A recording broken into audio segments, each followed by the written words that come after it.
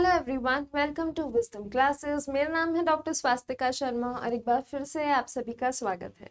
तो जो भी बच्चे, स्पेशली जो गर्ल्स हैं मध्य प्रदेश में, जो 12th की लड़कियां हैं जो कि नर्सिंग एंट्रेंस एग्जाम देना चाहती हैं, उनके लिए आज की वीडियो में एक खास अनाउंसमेंट है, एक स्पेशल अनाउंसमेंट है। मध्य प्रदेश का जो कर्मचारी चयन मंडल है, मध्य प्रदेश कर्मचारी चयन मंडल, उन्होंने जो है कुछ दिनों पहले मध्य प्रदेश में होने वाली बीएससी नर्सिंग एंट्रेंस एग्जाम की अनाउंसमेंट की थी। खास बात यह है कि ये एग्जाम सिर्फ फीमेल्स के लिए है, फीमेल्स एस्पिरेंट्स के लिए, उन फीमेल विद्यार्थियों के लिए जो कि नर्सिंग में अपना करियर आगे बनाना चाहती है और नर्सिंग का एंट्रेंस एग्जाम देना चाहती है, ताकि उन्हें किसी नर्सिंग कॉलेज में एडमिशन मिले और आगे चल के वो इसी में अपना करियर परस्यू करें।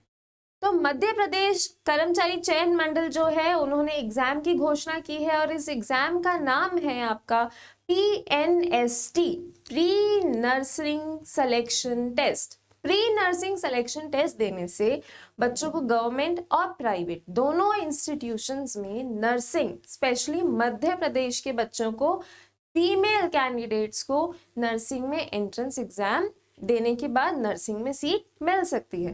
तो अगर आप में से कोई भी मध्य प्रदेश की फीमेल कैंडिडेट है जो कि आगे यहाँ इस करियर में परस्यू आगे करना चाहती है अपनी लाइन, तो इस वीडियो को ज़रूर देखिए। इस वीडियो में हम सारी डिटेल्स बताएंगे, कब से फॉर्म भरना शुरू हो रहे हैं, क्या एलिजिबिलिटी है, क्या सिलेबस होगा एग्जाम का, क्या फीस है फॉर्म की, कहाँ पे आप भर सकते हैं, कौन सी वेबसाइट है। तो सबसे पहले शुरू करते हैं कि इस एग्जाम से रिलेटेड जितनी भी इंफॉर्मेशन है, आपको जो फॉर्म वगैरह है वो कौन सी वेबसाइट पे मिलेगा। PNST एग्जाम का नाम है pre nursing selection test. Pre nursing selection test जो है वो आपको इस वेबसाइट पे उससे रिलेटेड सारी इंफॉर्मेशन मिलेगी, peb.mp.gov.in। pebmp.gov.in वेबसाइट है जो कि मध्य प्रदेश बोर्ड की है, जहां पे नर्सिंग से रिलेटेड इंफॉर्मेशन आपको मिलती रहती है। और ये फॉर्म भी उसी वेबसाइट से भरा जा सकता है और उसी वेबसाइट पे एक रूल बुक करके ऑप्शन मिलेगा, जिसमें आपको सारे रूल्स मिलेंगे, क्या क्या रूल्स हैं करके, हिंदी और इंग्लिश दोनों भाषाओं में लिखा हुआ है।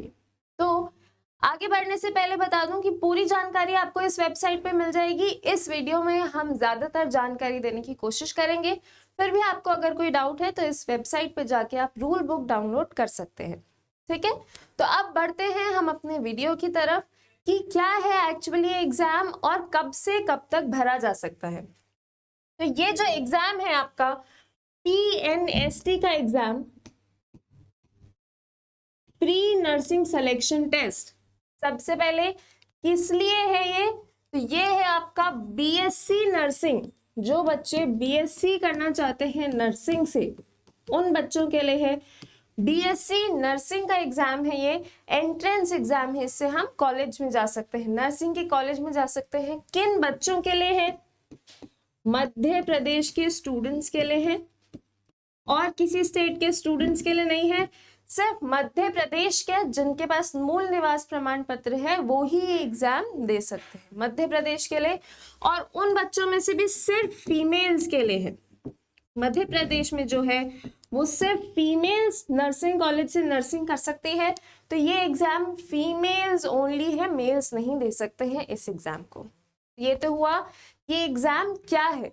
अब इस एग्जाम के फॉर्म भरने की डेट क्या है, तो इस एग्जाम के फॉर्म भरने शुरू होंगे इसी वेबसाइट पे 15 फरवरी से, 15 फरवरी 2023 से, और 15 फरवरी 2023 से ये फॉर्म खत्म होंगे भरना 1 तारीख को, 1 मार्च 2023 को। यानी कि 15 फरवरी से आप फॉर्म भर सकते हैं 1 मार्च तक। अभी काफी टाइम है, तो 1 महीने के आसपास है, तो आप आराम से जो है सोच सकते हैं। जिन बच्चों ने अभी तक सोचा नहीं है कि उन्हें 12th के बाद क्या करना है, बोर्ड के बाद क्या करना है, तो वो फीमेल्स अच्छे से डिसाइड कर सकती है। नर्सिंग में अगर उन्हें करियर परस्यू करना है तो वो ये फॉर्म 15 फरवरी से भर सकती है। 1 महीना बहुत होता है डिसाइड करने के लिए कि हमें जिंदगी में आगे क्या करना है। ये हो गया कि इस फॉर्म कब से भरना शुरू होगा और कब तक भरा जाएगा। अब हम देखते हैं कि इस फॉर्म की फीस क्या है। तो आपको पता है अक्सर एग्जाम देने के लिए फॉर्म की फीस लगती है। तो इस फॉर्म की जो फीस है वो जनरल कैटेगरी यानी कि अनरिजर्व्ड अनारक्षित कैटेगरी के लिए जो बच्चे हैं उनके लिए फीस होगी 400 रुपए। 400 रुपए फीस होगी इस फॉर्म की उन बच्चों के लिए जो अनरिजर्व्ड है। वही जो रिजर्वेशन में आते हैं उन बच्चों के लिए इस फॉर्म की फीस जस्ट आधी हो जाएगी यानी कि 200 रुपए। अनरिजर्व्ड के लिए 400 रुपए, रिजर्व बच्चों के लिए जो फॉर्म की फीस है 200 रुपए। यानी कि जब आप फॉर्म फिल करेंगे तो लास्ट में पेमेंट का लिंक आएगा। अनरिजर्व कैटेगरी की फीमेल्स को 400 रुपीज भरने पड़ेंगे फॉर्म के और रिजर्व कैटेगरी की फीमेल्स को 200 रुपीज भरने पड़ेंगे।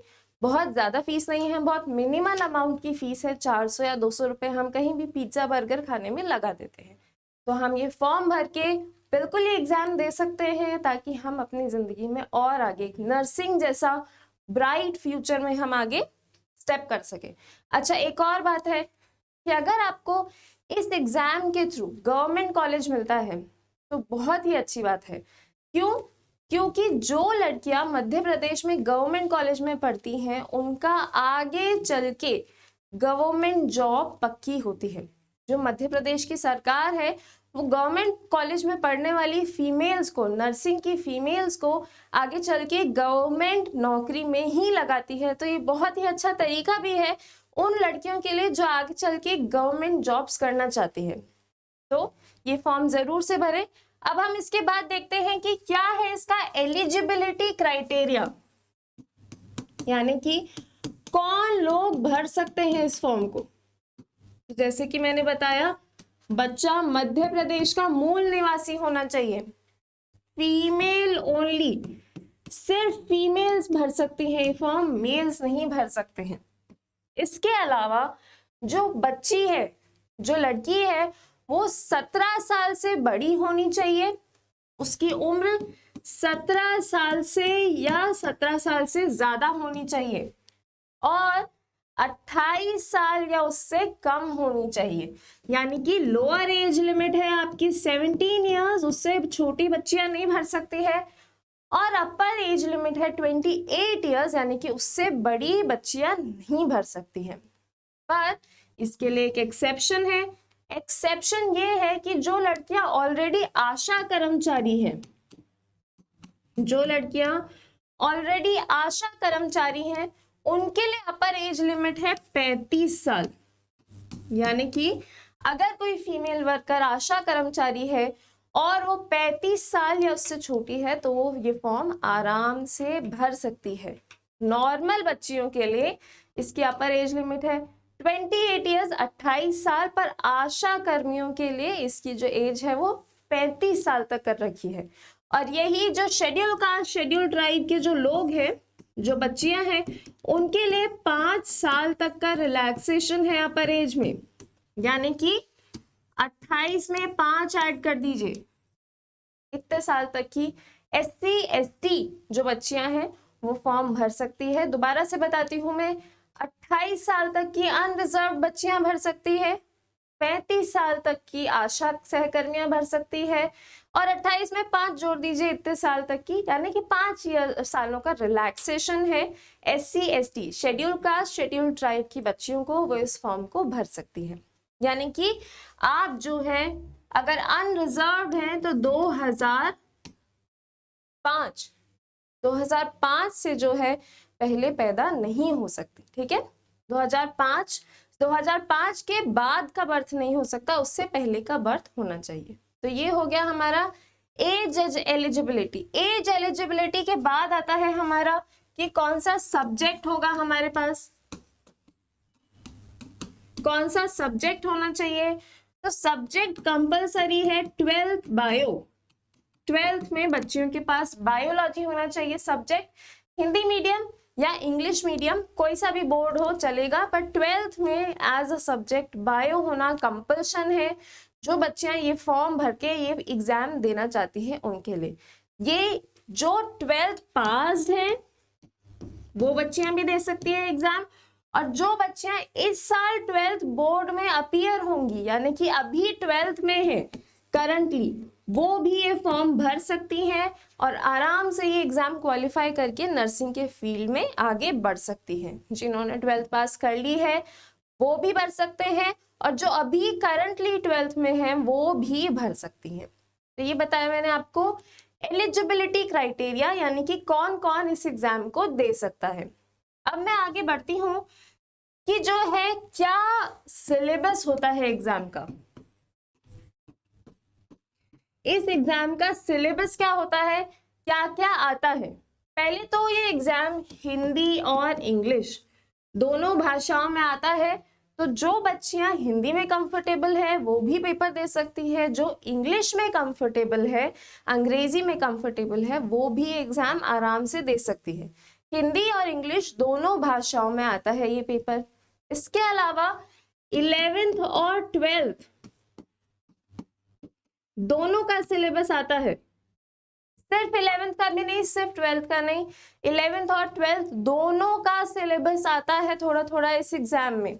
अब देखते हैं सब्जेक्ट्स कौन कौन से आएंगे। फिजिक्स, केमिस्ट्री, बायो और इसके साथ साथ एक और सब्जेक्ट जनरल इंग्लिश, जो आपकी जनरल इंग्लिश है वो भी आएगी। फिजिक्स के आएंगे आपके इस पेपर में 30 सवाल, 30 सवाल फिजिक्स के आएंगे, 30 सवाल केमिस्ट्री के आएंगे, तीनों ऑर्गेनिक, इनऑर्गेनिक और फिजिकल केमिस्ट्री, तीनों में से 30 सवाल आएंगे, मतलब केमिस्ट्री के कुल मिला के 30 सवाल आएंगे। बायोलॉजी में बॉटनी के आएंगे आपके 30 सवाल, जूलॉजी के आएंगे आपके 30 सवाल, ठीक है। बॉटनी के 30 सवाल और जूलॉजी के आएंगे 30 सवाल, और जो जनरल इंग्लिश है उसके भी आएंगे आपके 30 सवाल। तो कुल मिला के कितने सवाल हो गए आपके, 150 सवाल हो गए, और 150 नंबर का ही पेपर आएगा। 150 सवाल आएंगे और 150 नंबर का पेपर आएगा। ये आपका PNST का पेपर, नर्सिंग एंट्रेंस एग्जाम का पेपर मध्य प्रदेश के लिए। अच्छा, अब ये तो मैंने बहुत ब्रीफ में बताया कि आपको क्या आएगा। आपका जो डिटेल्ड कोर्स है वो जब आप इस वेबसाइट पे जाएंगे, जो वेबसाइट मैंने बताई, उस वेबसाइट पे आपको एक रूल बुक मिलेगी। डिटेल सिलेबस जो है वो आपका इस रूल बुक में 43 नंबर के पेज पे मिलेगा। इस 43 नंबर से 48 नंबर के पेजेस तक आपको फिजिक्स, केमिस्ट्री और बायोलॉजी का डिटेल सिलेबस मिलेगा। कौन कौन से चैप्टर आ रहे हैं, कौन से नहीं आ रहे हैं, कौन कौन से टॉपिक्स आ रहे हैं, ये सभी की डिटेल में जानकारी दी हुई है उसमें। तो जरूर जाके उस वेबसाइट पे रूल बुक डाउनलोड करें और 43 से 48 नंबर के पेज को जरूर पढ़ें। डिटेल सिलेबस है कि क्या क्या आ रहा है। अब हो गई हमारी सिलेबस की बात। इसके बाद मैम सेंटर कौन कौन से आएंगे, एग्जाम कहाँ होगा, सेंटर कौन कौन से आएंगे।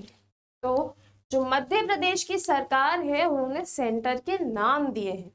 सेंटर में सबसे पहले आएगा भोपाल, रतलाम, भोपाल, रतलाम, इंदौर, जबलपुर, ग्वालियर, ये सब लिख देती हूं मैं आपके लिए। जबलपुर,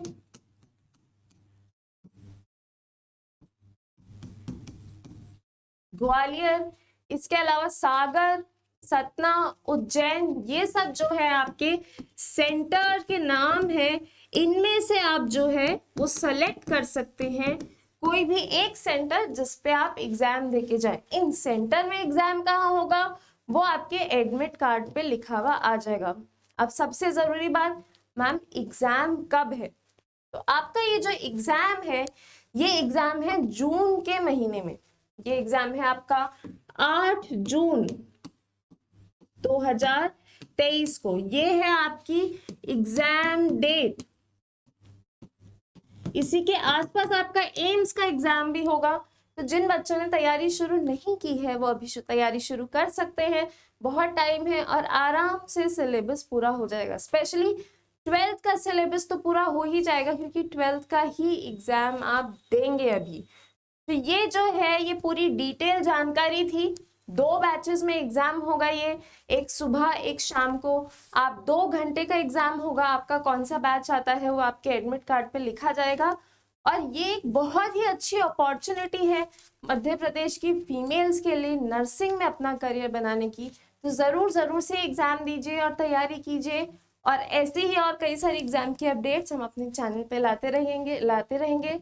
तब तक के लिए बाय, एंड ऑफ कोर्स हमारे चैनल को लाइक, शेयर और सब्सक्राइब जरूर कीजिएगा। Thank you.